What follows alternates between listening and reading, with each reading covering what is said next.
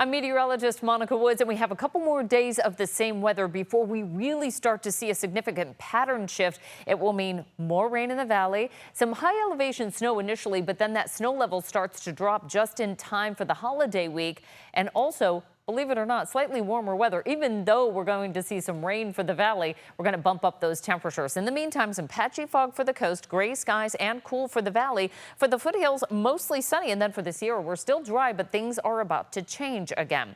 Precipitation statewide still looking pretty good. This was really set forth by a soggy November. It's just at this point, we really need to get things going once again. December is one of the 3 months that provides 50% of our annual precipitation. So December, January, and February, we got to get that rain and snow coming in because it really does account for a bulk of the precipitation that comes in through California. So since October 1st, again, we're really looking pretty good with most areas above average. In fact, Santa Barbara almost 7 inches above average. But when you look at the northern part of the state, that's where we're really hurting because in general, we have a much higher annual precipitation on average for places like Redding and Eureka. And it is also the location where we have our biggest reservoirs to store that water. That's why this time of year is so critical, especially for Northern California. Looking at our futurecast, things are about to change. So once we get into our Tuesday afternoon, we see bands of rain starting to pick up as the storm track sinks its way southward.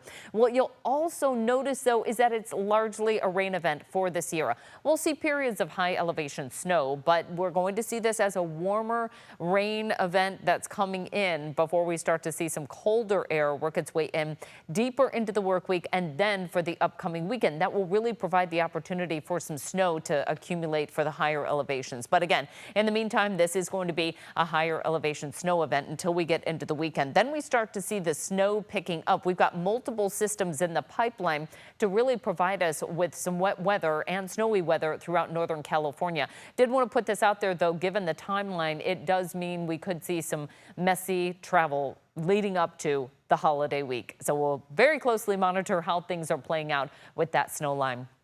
Highs in the meantime for our Tuesday are in the 50s for the high country. Moving down the hill, we're in the upper 50s to right around 60 degrees. For the central Sierra, highs are going to stay in the 60s, move in towards the valley. We're close to 50 throughout the central San Joaquin Valley. Central coast still looking pretty good here. Big Sur up to 76 degrees. Inland areas, at least just inland, we're right around 70. Now, once we move deeper into the valley, we're still dealing with areas of gray cloudiness, the low clouds that are just hanging in there, and highs in the 40s and low 50s.